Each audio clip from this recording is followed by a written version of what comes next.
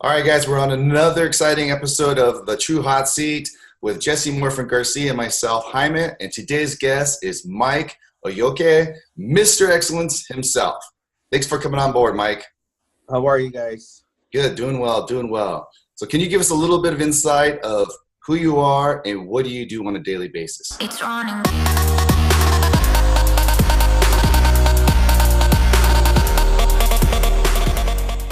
My name is Mike Oyoque. In the real estate world, they know me as Mr. Excellence because I ran the Excellence organization. In 91, it was ERA Excellence. In 96 to 2009, it was Century 21 Excellence. And then it's Excellence Real Estate till today. So everybody tends to say, oh, Mr. Excellence. It just stayed. And one day I just started branding it and it stuck. There you go. You got all the branding. I'm a real estate broker, and I manage 680 agents out there. Wow. How do you maintain all those agents and keep them happy? Well, basically, what I don't do is I don't micromanage. All my meetings are voluntarily. I do a lot of on Facebook, and really, I just handle any complaints that I need to handle, and it works out really good. So. I really have no stress or anything. Everything gets handled. I got managers. I got different people. It only comes to me when it really gets really hot. Awesome. Okay. So in the business, Mr. Excellence, you're a broker. And I see that when you started, Mr. Excellence, did something happen? Personally, because I used to see a lot more activity. I met you once again over at an event where there was two other people on the panel, and these guys were talking about always being on, waking up at 5:30, 4:45, or 3:30 in the morning. But what time do you make it to the office? Well, my alarm goes off at 7 o'clock in the morning.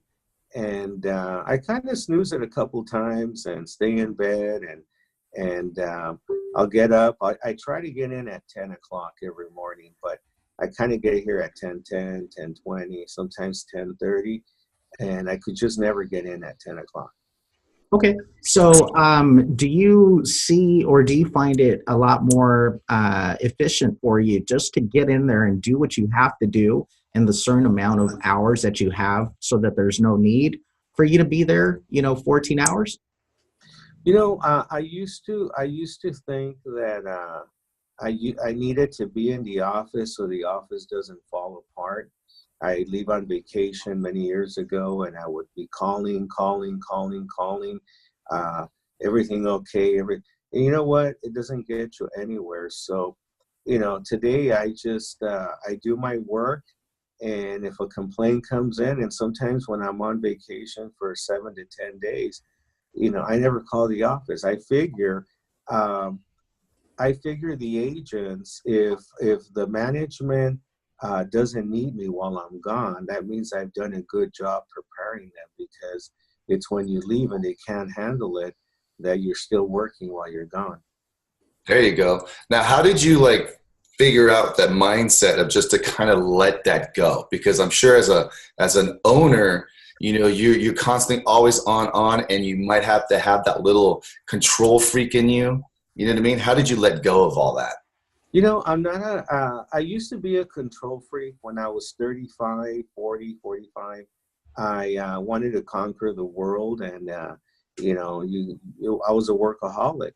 I guess as we get older, 55 now, you see life in a whole different way, and everything is voluntary for me. Sometimes there's times that I'm holding an office meeting, I'm going live, and I got one person, me and the camera person, videoing, and I talk like if I'm talking to 1,000 people, and I just keep it going because I know eventually they'll come in.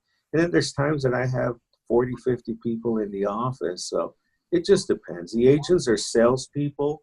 They're working their own schedule. And a lot of times we as brokers, we have two choices. We could micromanage and say, I have a meeting in the morning. have a meeting in the afternoon, have a meeting this, motivation. And the bottom line is this, after so many meetings, people get immune to you and they don't listen anymore. So you know what? I just put the tools on there and say, hey, when they need me, I'll help them out. But I'm always throwing on Facebook, or going out marketing or doing things so that way they can stay motivated. So you're utilizing Facebook. How are you using Facebook as a tool right now to train your agent, Well, inform them? you know what? I'm not using Facebook to train my agents. I'm using Facebook to train the world, the whole real estate industry. There you And, go. so Wow. along the way, I train my agents, get trained. Other people see it. A lot of people call me. They join me. They come into my office, and it's crazy. I have no recruiters. I have nobody. And I'm recruiting 5 agents a week, every week. They just walk in because they see my videos. So maybe that's the form of recruiting that I'm doing. There you go. So you're an open book. You're not one of those type of people where I've got to hide my techniques or what I'm doing, from everybody else. I give all the techniques away because I know only 3% of the people are going to use them, and they're not going to use them. So anybody that hides their techniques, I mean, it's ridiculous. But no, I show everything. Good. Yeah, like Wow. that. Wow. So you earlier on you said something that caught my attention. You said you treat every day as if it was a Friday. What does that mean? What that means that everybody looks, people come into work on Monday and they go, it's Monday. Oh, it's Wednesday, hump day. Oh, they look forward to Fridays because on Fridays, depending on what industry you're in, you get paid. You go out to dinner, you got this and that. I like to go out to dinner every night. I believe last year we probably ate at the house maybe one time, and we were out to dinner every night. Now, of course, I got to watch my eating. So even though I'm at the Del Rey sometimes, I'm splitting a meal. I'm cutting everything to maintain the 185 weight that I have. But I'm out there in the ambience, and it's great. It feels really, really good. So sometimes when like a Valentine's Day comes, and instead of looking forward to the 14th, I've already looked forward. It's been Valentine's Day every night for me. That's There you go, awesome. man. You hear that? Every day he celebrates it. Love it. That's awesome. Mike, so we've interviewed some other people, in the past. What is your meaning behind the suit? And I know that you're one of the sharpest, dressed individuals that I know, but what is your meaning behind the suit?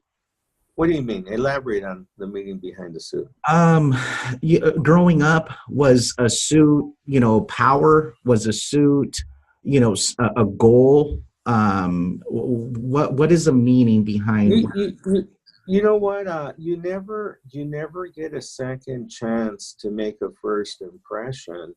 And I know as a little kid, my mom got me some coats.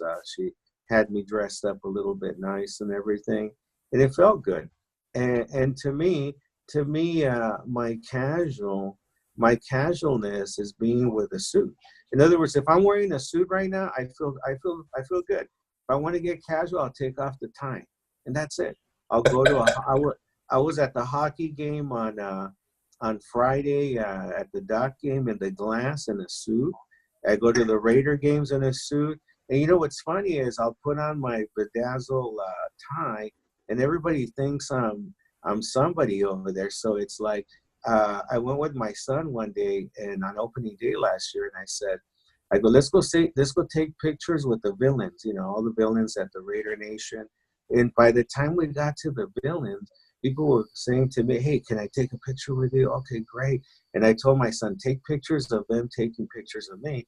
And next thing I took like about 21 pictures, and other people, who is this guy? oh, that's Mr. Excellence. I tell them, oh, because I told one person I'm Mr. Excellence, and they tell that's Mr. Excellent, Mr. Excellent. So you know what? It feels good.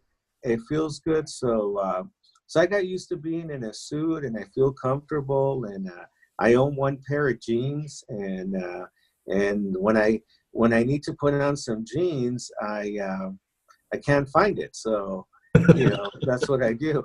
But it's just it's nothing. I don't feel.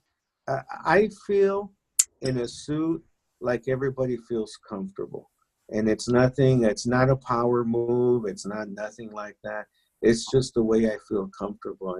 I guess you get a tie and you get used to it here, and when you don't have it, you feel naked, just like a ring. And so I put in the stuff that'll make me feel comfortable on that. I don't think I'm the best dressed guy out there.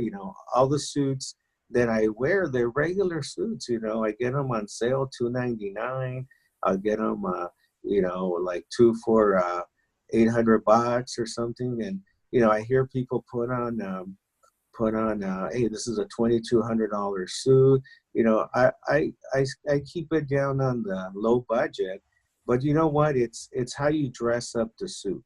It's a nice tie.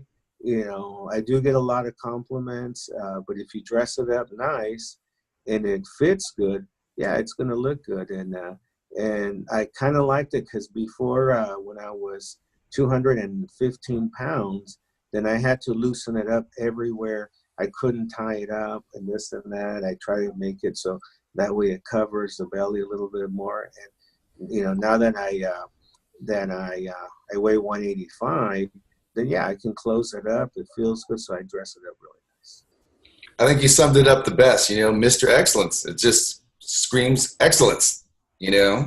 So I had a lady that I met her for the first time and says, Mr. Excellence, it says, you must have the biggest ego around.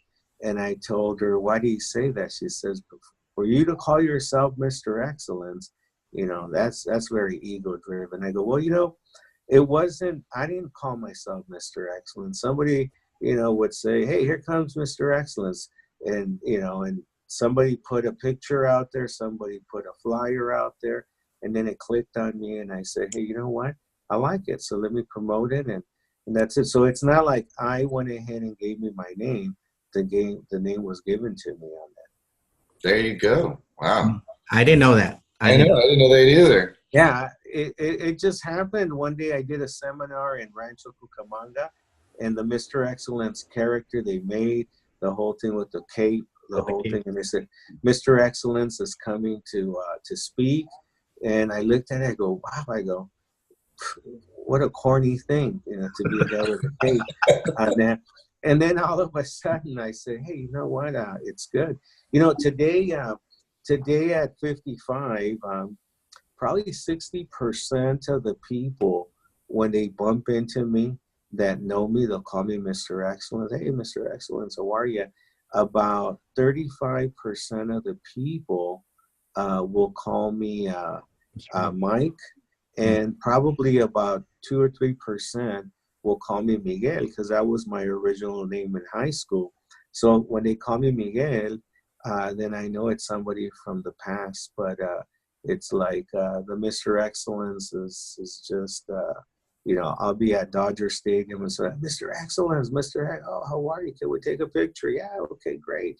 And it's just, it's a character that not a character, but it's a name that's getting pretty famous out there. Good. Oh, that's cool. So, so Mike, when you were in your 30s, is this where you expected to be in your 50s? There's never a. In other words, I don't have a recipe, or I didn't, it wasn't planned out. You come in, you start with an office, and you start doing real good, and all of a sudden it's going good. You fill up the office, and you go, shit, I need another location, because I'm bursting by the seams. And then you open up another one. It's okay, that should be good enough. And then you fill that one, and you get a third one. That's what happened with me in the 2000s from 98 to 2009. I got to grow to 18th century 21 excellence, which it was the most in California per locations, and probably in the top 6 in locations in the United States. And it wasn't planned. I didn't wake up one day and said, "Hey, I'm going to do that." What did trigger me is back in the mid 90s, I went to Hawaii, to Waikiki Beach. And if you've been there, there's some stores called the ABC stores. And there's 36 ABC stores in 1 square mile. And I said, someday I want to have a dominance like that. And with the Century 21, I tried it, but there was a lot of people like, "Oh, you can't be in Downey because so-and-so's, or you can't be over here because so-and-so." So they spread me out all over the place, and it was just taking forever. So then when I left the organization, or they plainly kicked me out of the organization, it was the saddest day in my life because, hey, they tried to put me out of business. But then excellence was born. So now I can put excellence wherever there I want to. And there's just in the city of Downey, we have 12 locations, and now in Florence we have about 7 locations. So now I call the shots, and I think it's the greatest thing out there. So, Wow, I like that's it. awesome. So let me ask you this: what kind of what mistakes have you made in the past that you wish that you could have avoided? Well, the mistakes that I've made were they were they were they were normal mistakes. For example, in 91, I had a little small office, and I went into a big office, and then we hit the recession of 91, and because of the Gulf War. So all of a sudden, I went ahead and you lose properties, people don't pay the rent, the whole thing. So the recession killed me. Then I started to build up again, and then the recession of 2007. Now nobody knew what 2007 was going to bring in. So man, it was like everything was happening. I mean, I was in the Century 21 system, and just the bonus alone there that I would get uh, would $300,000 just in a one check, the last year that it came in. And you think and you say, "Hey, you've arrived."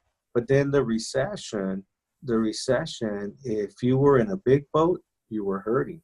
If you were in a little boat, you were hurting, Irving? and you were just hurting. So I guess the mistake that I made was that I thought too big. In other words, I wanted 100 Century 21s, so I put my marbles in, let it grow, let it grow, let it grow.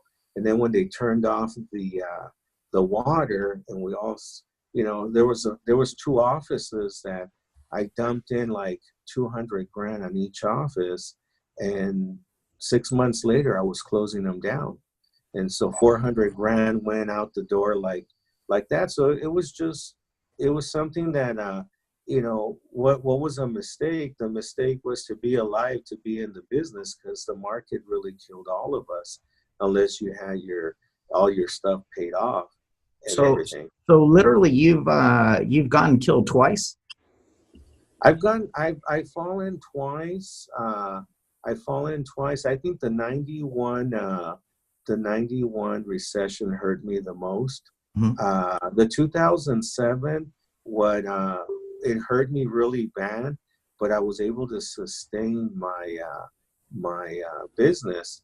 But what happened is I went through a divorce, and in '09, with the economy hurting, uh, Century 21 kicking me out of the system, and me going through a divorce, I ended up in a garage for 2 years. 2 years, I went from a 6,500 square foot home with an elevator to going into a little 2-car garage, converted. And, I hit rock bottom. I maintained my business, barely afloat, but I think my reputation hit, everything went really terrible there. Because when you hear people saying, hey, Mike, he got kicked out of the Century 21 system, I mean, it doesn't look so good out there. And then when they find out he's going through a divorce because he had an affair, that doesn't look so good either. And then the economy and agents leaving, it hurt us. But when I was in my garage there, just trying to survive, I said, you know what, I'm going to do what I did to get me to the top. And I went in and started hitting my doors again, 100 doors, 200, 300, picked up a listing here, another listing there. Next thing you know, I'm doing 30 transactions at $10,000 a pop. That's 300 grand. So you start building, and then, you create a brand that's going, and another office, people laugh because, oh, who's going to pay $200 franchise fee, or brand fee to have a name that nobody knows. So just started working it. And eventually it caught fire. And here we are today. Nobody remembers that I got kicked out of the Century 21 system.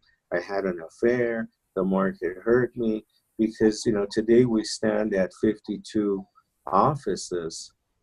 6 offices are mine. I own them outright. And the other ones, well, they pay me a brand fee. And it really comes in handy when they come in every month on that. Oh, you got a phone call. Hold on 1 second. Hold on. Tell them to come in. I'm on a conference call. Okay? Okay, go ahead, guys. Awesome.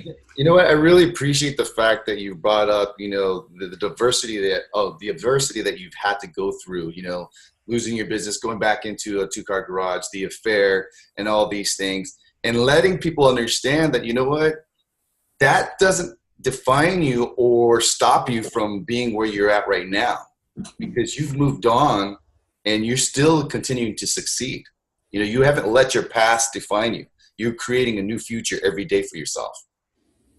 Well, that's what it is. Now we gotta maintain. I gotta maintain the brand. I gotta put the tools in my agents that they need to succeed, and that's all I'm doing now. And to me, if the agents, the agents have their own agenda, and if I can just be part of their agenda and be able to give them, magazines that we produce, being able to pay them on time. I find out that, my agents come in, they close the deal, and they get paid within 5 minutes. And I hear things from them saying, oh, my old company, it took a week. And I says, you know what? I'd rather not spend your money. I don't want to spend your money, so I just throw it out and I just call them and say, hey, I want to know what I'm going to have so that way I can work with it. Awesome. Mike, right now, what have you done in today's market to fix the issues that you had in the past, or to prepare yourself for the future? Well, one of the things that I'll do is now that before I was making a lot of money, but I was also spending a lot of money.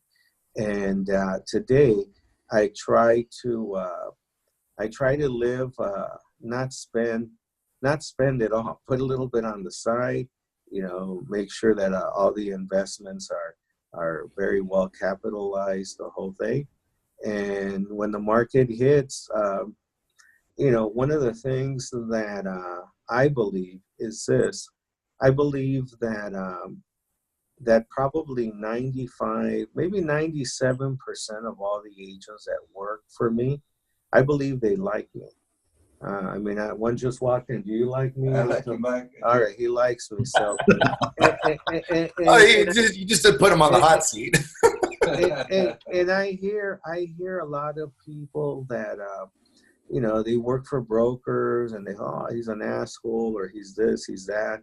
But you know what? It's convenience. I like it that. So I have a problem that when somebody doesn't like me, then, you know, I'd rather have them leave somewhere else. I don't want nobody. I want people that want to be with us. And so that's a big thing for me. And by giving them, paying them on time, giving them the tools, and be there to answer their questions, I believe, you know, they'll be happy instead of trying to control them. Oh, you didn't come to the meeting. I'm going to fine you for $10. And, you know, all that to me is bullshit. You know, I don't, I never liked it when I was an agent. And if I didn't like it, I know my agents would not like it. So Mike, what advice would you give someone to help them avoid what you went through? You know what? The only advice that I can give somebody is just to let them know what I've been through. And I think by going through what I've been through, I think it'll raise the antenna that they don't want to go through it. And if they don't want to go through it, they'll make their adjustments on their own. So that way they can go ahead and have a better tomorrow. But at the end of the day, I tell the agents, the economy, see, what hurt me in the economy is it wasn't me. It wasn't me. It was my agents. In other words, to me, I can go on and hit 200-300 doors a day, and I'll meet 30 people that want to buy through me every year, whether the market is good or bad, because there's people dying. You know, somebody inherits a property, somebody gets a divorce, somebody goes out there. So for me, I can go out there and make it. And heck, you know, with 300 grand, I can live the way I'm living right now, real easy. The problem is that when we carry our overhead, and 600,000 agents were out there before the crash and 350,000 left, the focus was on the 350,000 that left. It wasn't on the people that were still making a living. So what happens is, yeah, I got to close this office down because I can't make the payment anymore. I can't do this, do that. So really, all I can do is this. And I'll tell you one thing that I've done. People ask me, and this is giving the secrets. You want to hear the secrets, Tony? I'm going to hear. He's going to hear the secret. Unless you want me to walk outside. No.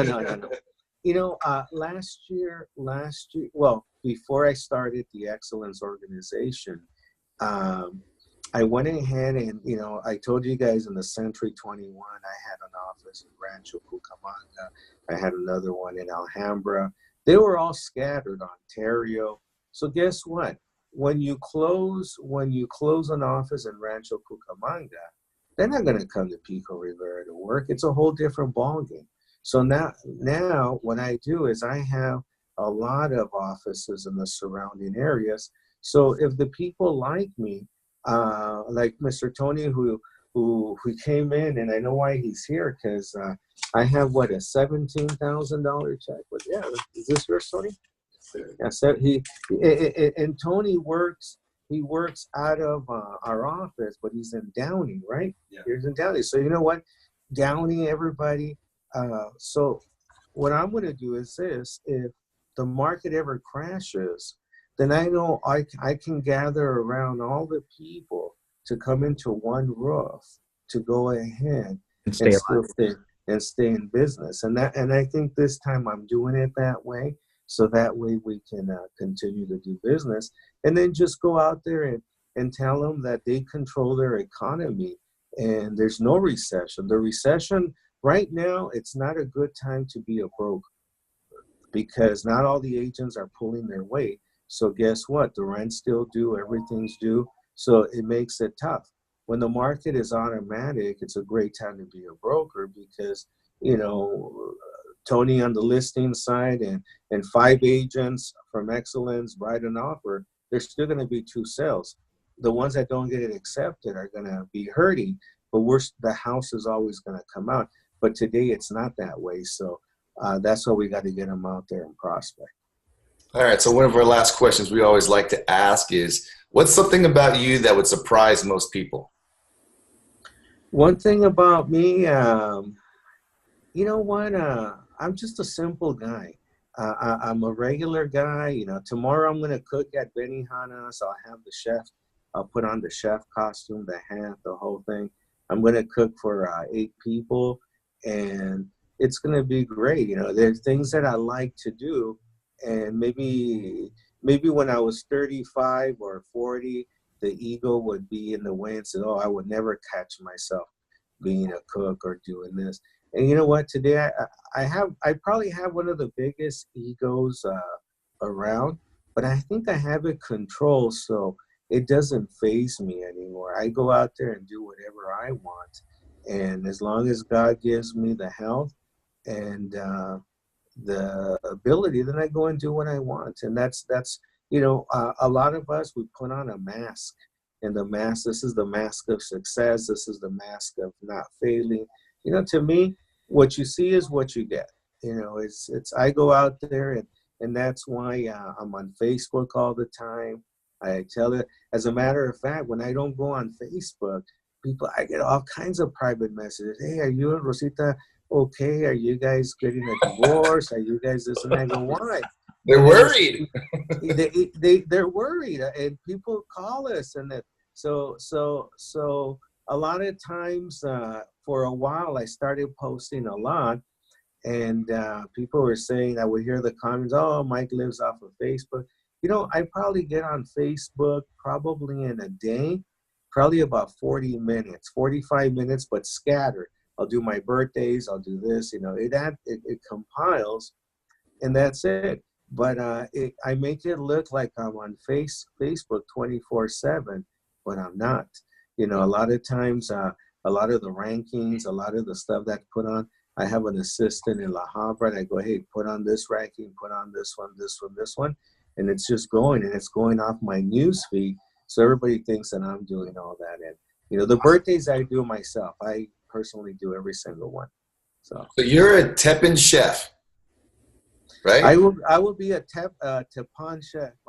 I will go live. It's going to go live at 7 Do it. o'clock on Tuesday at 7 o'clock from Benihana's in Downey. And I got to go buy a few of the tricks right now so I can you know, throw the mustard to them, but just the spring.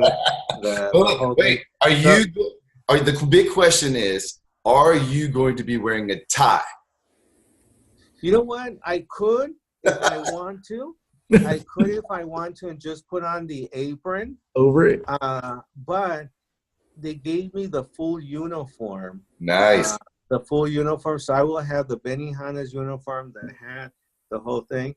And that's where I'll be on that. That's awesome. I hope you tag us because I really want to see that. So I want to see it. Yeah. All right, it will be on that. So if anybody wants to get a hold of you, join your office, maybe pick your brain, how can they contact you? You know what? They can contact me at 562-695-1956, and you know, they can find me on Facebook all the time. And if somebody just goes into my pages and they will look at those, I think it'll help them to get into a 6-figure income real easy on that. Right on. Well, we truly appreciate you coming on, giving us your time. This was good stuff. So now, let me ask you this. How can I see a video of this? You guys going live, or how do I, is this what we do is we'll edit a little bit of it, just kind of like add an intro and stuff like that, and then we'll post it out and we'll actually tag you as well. And then we'll share it on your posts if you don't mind. Oh, definitely. I have a lot of followers, so it'll get you guys some good views. All right, appreciate that. Awesome. Thank you again. Thank you. All right, guys. Well, that concludes our episode. So if there's anything else that anybody else that you'd like us to interview, let us know. Smash up those likes. Please share. And again, this was another great episode of The True Hot Seat. Till next time, see you later. Thank you. Bye. Thanks, Mike. Take care, guys. Bye-bye.